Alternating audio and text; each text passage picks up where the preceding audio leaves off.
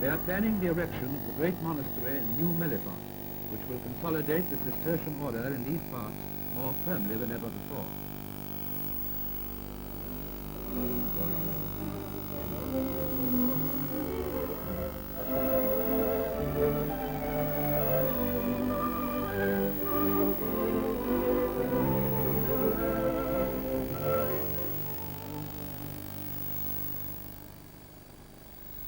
Drogheda contained many abbeys.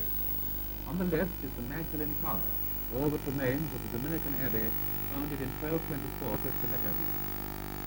On the west side is still the priory, built by the Augustinians, still known as the Old Abbey.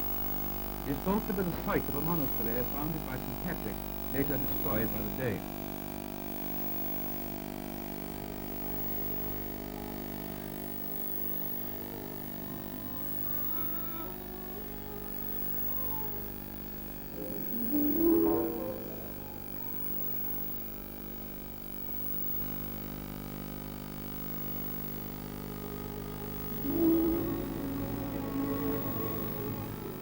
The first fortifications around Drogheda were embankments of earth, stone walls superseding them in 1279 when strong gates were built into them.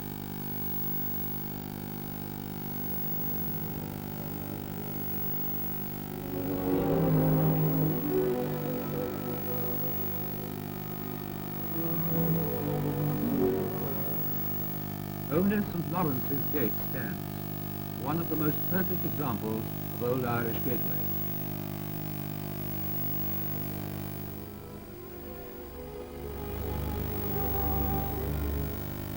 Named after the priory of St. Lawrence, which stood outside the walls and extended to green hills, the gate dates from the 12th century.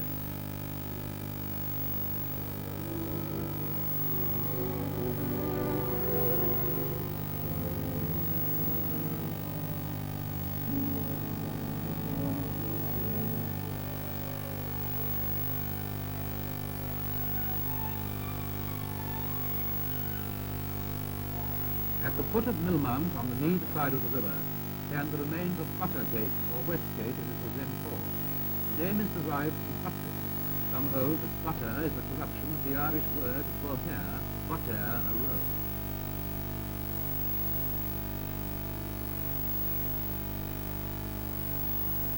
Outside the walls, on the edge of the sea, stands the Maiden Tower, of Elizabethan age, once a lookout and signal station.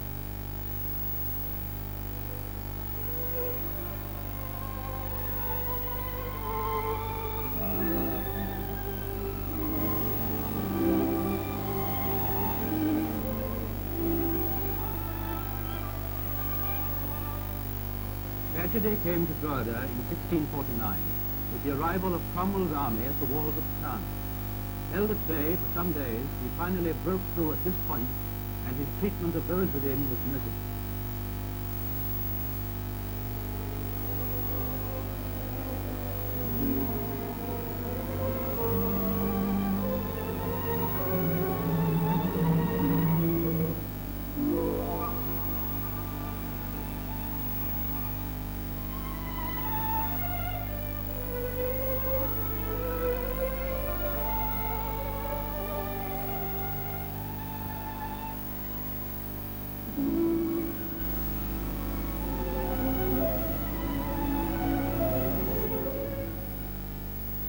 But the faith of St. Patrick is invulnerable, and in Drogheda's West Street stands the Plunkett Memorial, tribute to a great and saintly man.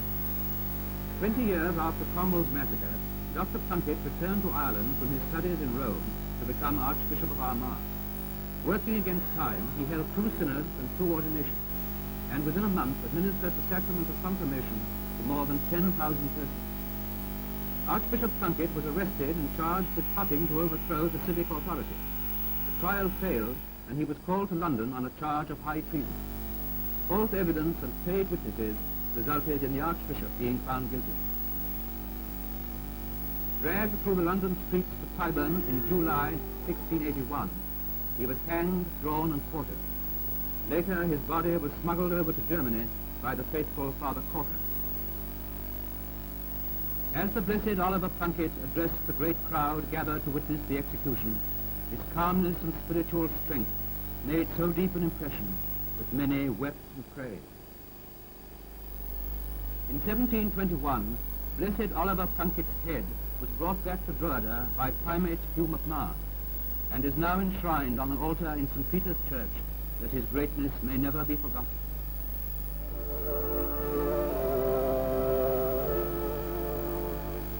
And so it is that Drogheda possesses his shrine. Here thousands from all the world over come to pay tribute to the man whose life and death were dedicated to truth.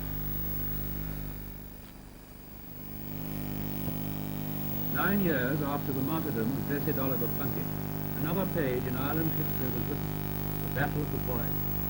Here, in pasture lands which are among the richest in the country, the Irish fought for a cause they considered just.